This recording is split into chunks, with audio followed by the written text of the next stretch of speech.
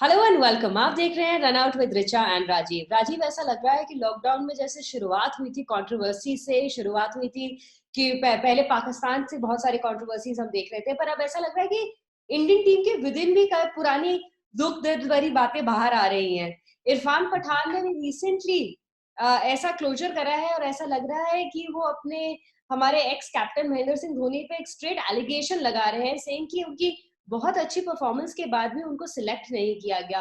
आपको क्या लगता है जी। कि मतलब what is the reason behind all this now? Richa, मुझे तो पहले तो सवाल इरफान पठान से भी पूछना पड़ेगा कि इतने सालों के बाद, क्रिकेट रिटायरमेंट कहने के बाद अचानक अनलॉक, एक तरह से कहा जाए लॉकडाउन खत्म हुआ है और अनलॉक जो होना शुरू हुआ, तो अनलॉक की ये पहली कड़ी मुझे लग रही है कि आप अपने दिल के राज खोल रहे हो। और देखिए, ये दर्द कभी ना कभी बाहर आता ही है ऋचा। हम्म। इसमें इरफान पठान से लोग जरूर सवाल करेंगे कि आपने इतने दिनों तक इस बात को क्यों छुपा के रखा, हम्म। कि कोई आपको बैक नहीं करता था टीम में। आप कोच के पास बात करने जाते थे तो कोच आपको कुछ कह के टाल देते थे। इसमें पूरा डिटेल में बात करेंगे ऋचा। लेकिन सबसे इम्पोर्टेंट फैक्टर ये है अभी कि इस लॉकडाउन के पीरियड में हमने देखा है, दो दो ढाई महीने का पीरियड था। तमाम क्रिकेटर्स आए और ज्यादातर क्रिकेटर्स, मोर देन 80% क्रिकेटर्स जो क्रिकेट रिटायर कर चुके हैं, उनका ये कहना है कि टीम मैनेजमेंट पे बहुत एलिगेशन लगे हैं। वो चाहे अलग अलग कोचेस और कैप्टन की जोड़ी की पे बात करें, हम्म। सेलेक्टर्स को लेके बहुत कम लोगों ने बोला है। हाँ, इरफान पठान ने तो अपनी इस इंटरव्यू में के श्रीकांत जो चीफ सेलेक्टर थे उनको भी घसीट दिया है। हम्म। कुल मिलाकर मुझे लग रहा है कि एक ऐसा सिलसिला शुरू हो रहा है इन दोनों इंडियन क्रिकेट में, जो मुझे नहीं लग रहा है कि बहुत हेल्दी है। किसी माने में आप अपना दुख दर्द बांटे, ठीक बात है, आप एक्सप्रेस करें अपने आप को, लेकिन सही समय पे अगर एक्सप्रेस करें तो शायद बहुत लोग बच भी सकते हैं। इरफान पठान ने तो कहा है हालांकि कि मैं इसलिए आज ये सारे राज खोल रहा हूँ ताकि युवाओं के साथ ऐसा ना हो। मुझे लग रहा है उनके और क्रिकेट रिटायर होने में एक लंबा समय बीत चुका है ऋचा। अगर पहले करते तो 7-8 साल का जो गैप है उसमें और भी कई क्रिकेटर बच सकते थे, अगर उनको इतनी चिंता है युवाओं की तो। राजीव, मैं वही जानना चाहती हूँ, जैसे उन्होंने कहा कि मैं जी हजूरी नहीं कर सकता, मैं लोगों के कमरों में जाके एंड बेसिकली मैं बटन नहीं कर सकता और मैं ये सब नहीं कर सकता। बट अब आप जब टीम में थे तब आपके साथ ये हो रहा था, तब आपने नहीं बोला कि शायद आप सिलेक्ट ना हो इस डर के कारण। और जैसे आप कह रहे हैं राजीव, इतने साल हो चुके हैं उनको क्रिकेट से रिटायर करे हुए, पर इतने साल तक वो चुप रहे। क्या क्या लग रहा है, व्हाट इज ये अचानक से ये कारण क्यों बाहर निकल कर आ रहे हैं, लोग ऐसा क्यों बोल रहे हैं? क्योंकि आप जैसे कह रहे हैं वो सही है कि हेल्दी तो बिल्कुल नहीं है, ये एटमॉस्फेयर इज नॉट गुड। बिल्कुल। और ऋचा देखिए, इंपॉर्टेंट क्या है यहाँ पे? इंपॉर्टेंट है कि क्रिकेट एक टीम गेम है।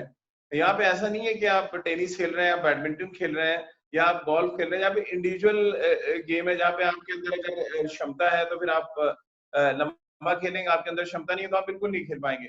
ये हम्म। टीम गेम है। 11 खिलाड़ी आपके एक साथ मैदान पे उतरते हैं और 11 11 खिलाड़ियों को मैदान पे अच्छा प्रदर्शन कराने की रिस्पॉन्सिबिलिटी कैप्टन के ऊपर होती है, कोच के ऊपर होती है और जो टीम सेलेक्ट करके सिलेक्टर्स देते हैं उन पे होती है।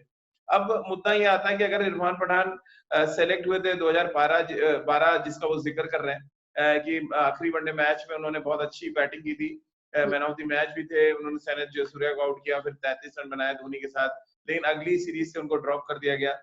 देखिए, ये इरफान पठान के साथ नहीं, बहुत खिलाड़ियों के साथ हुआ है। मैं अगर आपको गिनाऊं, अभी कुछ दिन पहले मैंने ऋचा अमित मिश्रा का इंटरव्यू किया। वो जिम्बाब्वे से लौटे थे, मैन ऑफ द सीरीज थे उस दौरे पे, और अगले दौरे पे उनको ड्रॉप कर दिया गया जब अगली सीरीज आई। तो हम्म। ऐसे बहुत से क्रिकेटर्स हैं। सुरेश रैना के साथ भी ये हो चुका है, अच्छा करके भी आते हैं और उसमें आपको ड्रॉप कर देते हैं। तो ये बड़ी स्ट्रॉन्ग मामला है लाइकिंग डिसलाइकिंग का, जो हम लोग बात करते हैं एक कैप्टन के बारे में। जी राजीव, ऋचा। मुझे एक बात बताइए, जैसे आप कह रहे हैं एक टीम सिलेक्शन की बात होती है, अगर आपने टीम सेलेक्ट करी है एंड इट्स नॉट जस्ट, और जैसा आप कह रहे हैं कि ऑब्वियसली कैप्टन की होती है पसंद किसी की तरफ किसी की तरफ ना हो, but ultimately as a captain भी तो यही चाहेगा ना कि मेरी टीम जीते। तो किसी सिनेरियो में आपको लगता है कि अगर ए प्लेयर एक सिनेरियो में अच्छा खेला है, मे बी दूसरी सीरीज में उसको आराम दे सकते हैं, या हो सकता है दैट वो इस सीरीज के लिए कई कई प्लेयर्स हैं जो बायलैटरल सीरीज अच्छी खेलते हैं, आईसीसी में उनका रिकॉर्ड इतना अच्छा नहीं रहता। सो वो सारे कंपैरिजंस भी हो सकते हैं। क्या आपको ऐसा लगता है कि कई बार हम कैप्टन्स को लेके बहुत ज्यादा उन पे प्रेशर डाल देते हैं कि ये एक फेवरेटिज्म ही गेम है? वो तो कैप्टन है, ultimately he will also want कि उनकी टीम जीते, फेवरेटिज्म होती होगी, बट एक हमें उस रडार पे नहीं देखना चाहिए। ये बहुत वैलिड पॉइंट उठाया ऋषा आपने, क्योंकि अगर इरफान पठान अच्छा करके ड्रॉप हुए थे और महेंद्र सिंह धोनी की टीम खराब करती उस समय, हाँ तो जी। फिर सवाल उठते हैं महेंद्र सिंह धोनी पे कि आपने इरफान पठान का सही तरीके से इस्तेमाल नहीं किया। अब क्योंकि इरफान पठान को ड्रॉप करके या अमित मिश्रा को ड्रॉप करके या जो नए कैप्टन आए उन्होंने सुरेश रैना को ड्रॉप किया और भी तमाम क्रिकेटर्स हैं, करुण नायर, तमाम क्रिकेटर्स आप गिन सकती हैं जो अच्छा करके भी ड्रॉप हुए हैं। हाँ जी। चर्चा ज्यादा इसलिए नहीं होती ऋचा उन कैप्टन्स की, क्योंकि उन कैप्टन्स ने अच्छा करवाया टीम से। मतलब बिल्कुल। आपने सपोज कीजिए इरफान पठान की जगह किसी और को लिया है और वो अच्छा कर रहा है, तो फिर आप कैसे किसी पे उंगली उठा सकते हैं? बिल्कुल। मुद्दा यहाँ पे ये है कि एक कैप्टन जो सोच रहा है कि हमारी हमारी ये बेस्ट 11 है जिसको मैं उतार सकता हूँ। एक सीरीज का भी जिक्र और इरफान ने किया कि पूरी सीरीज उनको एक भी मैच नहीं खिलाया गया। 3-0 से भारत आगे था, चौथा मैच में बारिश हो गई, शायद न्यूजीलैंड का वो जिक्र कर रहे थे। और 5वें मैच में वो गए भी थे गैरी कस्टन के पास कि मुझे क्यों नहीं खिला रहे, आखिर क्या रीजन है, क्या कमी है? तो गैरी कस्टन ने उनको कहा कि आप बॉलिंग भी अच्छी कर रहे हैं, बैटिंग भी अच्छी कर रहे हैं, बट कुछ चीजें मेरी हाथ में नहीं होती। अब ये कुछ चीजें मेरी हाथ में नहीं होती मतलब कि सीधा उनका ये कहना था कि उस समय के कैप्टन महेंद्र सिंह धोनी के हाथ में सब कुछ है। वो चाहेंगे तो आप प्लेइंग 11 में खेलेंगे और वो चाहेंगे तो नहीं खेलेंगे। अब मुद्दा आता है कि महेंद्र सिंह धोनी इरफान पठान को अगर नहीं खिला रहे और टीम अच्छा कर रही है, तो मुझे नहीं लग रहा कोई हर्ज है ऋचा इसमें। बिल्कुल टीम राजीव, बिल्कुल राजीव, ये डिस्कशन तो हमने कितने बार करा है ना, हम मैचेस देखते हैं और ये आपका मेरा तो काफी डिस्कशन रहा कि प्लेइंग 11 कौन होंगे अगर एक टीम लेके जाते हैं। और कई बार हम लोगों ने ये डिस्कस करा है कि एक विनिंग स्क्वाड को बहुत रेयरली कोई चेंज करना चाहता है अनटिल अनलेस कोई सिनेरियो बिल्कुल ही बदल जाता है, आपके ऑपोजिट टीम में कोई ऐसा प्लेयर आता है जिसके अगेंस्ट आप किसी को प्लेस करना चाहते हैं। तो उन सारे सर्कमस्टांसेस में तो फिर आप हमेशा कैप्टन को ब्लेम नहीं कर सकते। पर राजीव, उसी पे मैं काउंटर अपनी ही बात करना चाहूंगी कि फेवरेटिज्म हम जानते हैं कि होती है, हमें पता है कि होती है और हर कैप्टन की एक पसंद होती है।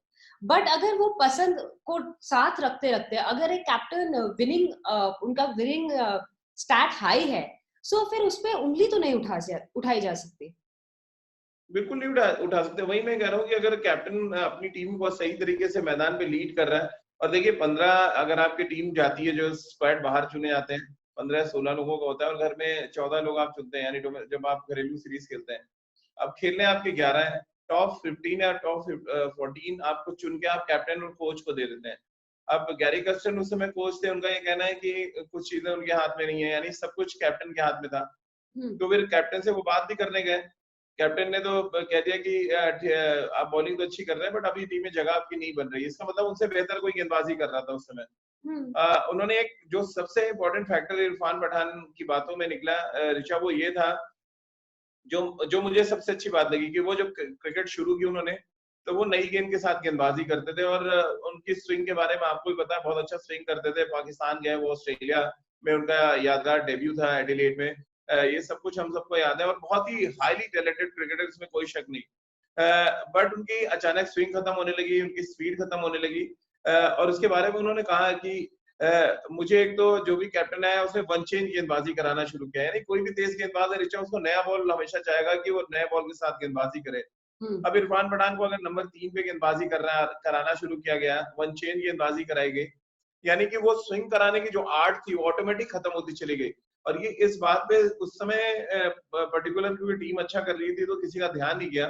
बट ये इरफान पठान की बातों में 100% सच्चाई है कि वो स्विंग बॉलर थे। अगर आप उनको वन चेंज इस्तेमाल करेंगे तो शायद उनमें वो उतने इफेक्टिव नजर नहीं आएंगे, क्योंकि उनका जो मेन हथियार था वो स्विंग था। और यहाँ पर भी सीधा एलिगेशन उन्होंने कैप्टन की तरफ लगाया कि कैप्टन ने उनको नंबर वन चेंज बॉलिंग कराना शुरू किया और तब से इरफान पठान के करियर में डाउनफॉल आया। तो ये एक इम्पोर्टेंट बात है जो मुझे समझ आई। राजीव, यही एक इम्पोर्टेंट बात से मैं एक चीज कहना चाहूंगी कि अगर इरफान पठान के साथ जो ये जो आप पॉइंट आउट कर रहे हैं, और बहुत ही वैलिड पॉइंट है यहाँ पर, ये अगर जैसे इरफान पठान इतने सालों बाद इस बारे में बात कर रहे हैं, अगर यही चीज उन्होंने उस समय पॉइंट आउट करी होती और बोला गया होता या किसी कम्युनिकेट की होती, हो सकता है कि it would have helped in his career also. और हो सकता है कि आगे चलते हुए लोगों के साथ अगर ये विजिबली देखा जा सकता हो कि अगर कोई बॉलर अच्छा है और उसको उसकी पोजीशन पे बॉल ना करा रहे हो एंड उनका गेम ड्रॉप हो रहा हो, तो चेंज हो सकता है। पर वहीं पे आपको लगता है कि अगर कोई बॉलर या कोई बैट्समैन, कोई भी प्लेयर अपनी प्रॉब्लम उस समय फ्लैग अप करेगा, आपको लगता है कि वो ड्रॉप हो सकता है? देखिए ये बड़ा ही ट्रिकी क्वेश्चन है ऋचा। ये डिपेंड करता है कि आप किस कंडीशन में क्रिकेट खेलने जा रहे हैं, नंबर एक। अब पाकिस्तान में जब इरफान पठान ने हैट्रिक ली तो डिफरेंट कंडीशन थी, डिफरेंट कैप्टन थे, सौरव गांगुली टीम के कैप्टन थे। सौरव गांगुली की बहुत तारीफ भी की इरफान ने की, उनको बैक किया उन्होंने, और बैक तब किया कि जब एक समय खुद सौरव गांगुली ने मना कर दिया था कि एक 19 साल के बच्चे को आप डेब्यू करा रहे हैं, वो ऑस्ट्रेलिया जैसे दौरे के लिए तैयार नहीं है। लेकिन क्योंकि जिस गेंदबाज को चुना गया वो इंजर्ड हो गया, तो फिर इरफान पठान की कॉल हो गई थी टीम में।